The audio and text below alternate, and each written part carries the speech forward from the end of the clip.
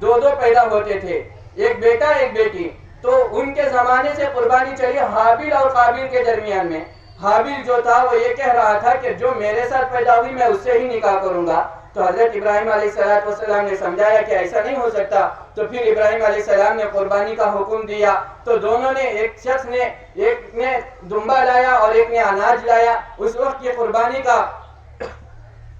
طریقہ الگ تھا کہ پہاڑ پر رکھ دیا جاتا اور آسمان سے آگ آتی اس کو جلا کر ختم کر دیتی، جس کی قربانی کو آگ جلا کر ختم کر دیتی، یہ محسوس کرتے یہ سمجھتے کہ اس کی قربانی ہو گئی۔ بہرکیف یہ حضرت ابراہیم علیہ السلام کے زمانے سے مشہور ہے کہ اللہ تعالیٰ نے حضرت ابراہیم علیہ السلام کو خلیل اللہ کا لقب دیا۔ خلیل کہتے ہیں دوست کو۔ جب اللہ نے دوست کا لقب دیا تو دوست کو آزمانے کے لیے، ان کا امتحان لینے کے لیے، کیا ان کے دل میں میری محبت ہے یا اپنی اولاد کی محبت ہے، یہ دیکھنے کے لیے اللہ نے یہ حکم دیا، خواب کے اندر دکھلایا گیا کہ اسماعیل علیہ السلام کو ذبح کر رہے ہیں۔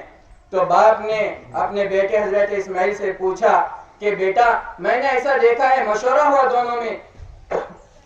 کہ تمہاری کیا رائے ہے؟ حضرت اسماعیل علیہ السلام آگے چل کر نبی ہونے والے تھے، ان کی تربیت خود اللہ کرنے والا تھا انبیاء کی، تو فرمایا یا ابت افعل ما تؤمر ستجدنی انشاءاللہ من الصابرین۔ اے ابو جان، اللہ نے آپ کو جس چیز کا حکم دیا ہے آپ اس کو پورا کر گزریے، انشاءاللہ آپ مجھے صابرین میں سے پائیں گے۔ الغرض حضرت ابراہیم علیہ السلام مینا کی وادی میں لے کر آئے، بیٹے کی چند نصیحتیں تھیں کہ سب سے پہلے میرے کرتے کو نکال لیں، یہ میری امی کے پاس پہنچا دیں کہ وہ مجھ سے بہت محبت کرتی ہیں، اور کہا تھا بیٹے نے، قرآن کے اندر تذکرہ ہے کہ مجھے اوندے منہ لٹا دینا تاکہ آپ کو رحم نہ آ جائیں۔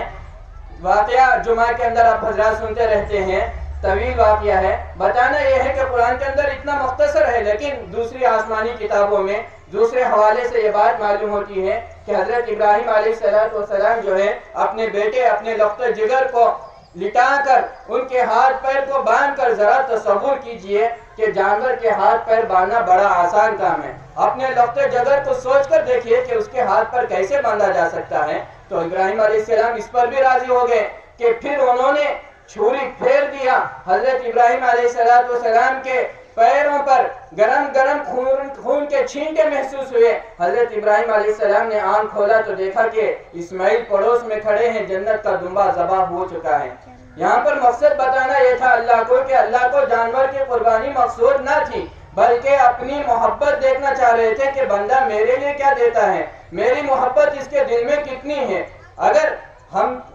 جانور ذبح کرنا یہ قربانی اصل نام کہلاتی ہے، لیکن قربانی اصل نام کس کا ہے کہ ہم ہماری ہر خواہش کو اللہ کے حکم پر قربان کریں، ہمارے غلطیوں کو ہم قربان کریں، ہمارے آنکھ کے زنا کو ہم ختم کر لیں، ہر برائی سے ہم بچیں، اللہ جیسے زندگی چاہتے ہیں ویسی زندگی گزارنے کی کوشش کریں، اصل یہ قربانی ہے۔ ورنہ جانور ذبح کرنا یہ سال بھر میں ہوتا رہتا ہے، ہر سال جانور ہر دن کٹتے رہتے ہیں، لیکن قربانی نہیں۔ قربانی اصل وہ قربانی ہے، اپنے خواہشات کی قربانی دے، اپنے جذبات کی قربانی دے، کہ اپنے اندر توبہ اور استغفار کا جذبہ پیدا کریں کہ انشاءاللہ میں آنے والی زندگی ایسی گزاروں گا کہ جب میں اس دنیا سے چلا جاؤں تو لوگ مجھے نیک سمجھیں، لوگ میرے لیے دعائیں کریں، لوگوں کی دعائیں اٹھے تو ان کی دعاؤں میں یاد آ جاؤں، اس طرح نیک بن کر گزاروں۔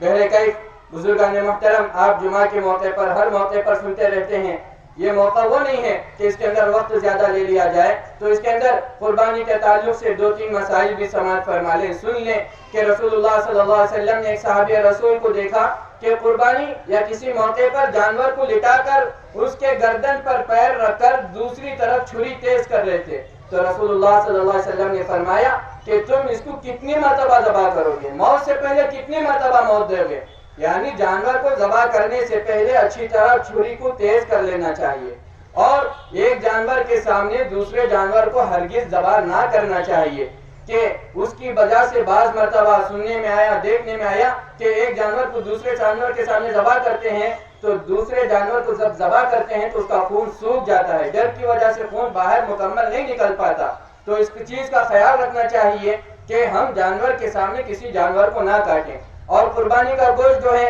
غیر مسلموں میں بھی تقسیم کیا جاتا ہے۔ یہ محبت بانٹنے کا بڑا آسان راستہ اور طریقہ ہے کہ ہر آدمی یہ سوچ لے کہ میں اپنے پڑوس میں 3 افراد کو گوشت تقسیم کروں گا غیروں میں، تو پورے محلے کے اندر ہر گھر کے اندر گوشت تقسیم ہو جائے گا، تو ان کو ایک اچھا میسج جائے گا کہ مسلمان اتنی محبت کرنے والے ہیں۔ اور اس کے اندر خصوصاً پاکی صفائی کا خاص خیال رکھیں کہ راستے میں بعض جگہ ایسی حرکت نہ ہونے پائے کہ غیر ہماری گلیوں سے گزرے تو کچھ نہیں کہیں گے، لیکن ان کے دل میں یہ بات پیدا ہوگی کہ اسلام یہی سکھاتا ہے، ایمان یہی سکھاتا ہے، تو اپنی گلیوں کو صاف ستھرا رکھیں۔ حضرت تقی صاحب نے اپنی کتاب میں لکھا ہے کہ بڑے حضرت ہیں، شیخ الاسلام ہیں، کہ راستے سے گری پڑی چیز کا کوئی چیز اٹھا لینا اسلام کا اور ایمان کا حصہ ہے، اور راستے میں کسی چیز کو ڈال لینا کفر اور نفاق کا طریقہ ہے، نفاق کا حصہ ہے۔ تو اس سے بہت بچنا چاہیے کہ ہمیں کوئی ایسی حرکت نہ ہو جس کی وجہ سے پورے اسلام اور پوری مسلمان بدنام ہو جائے،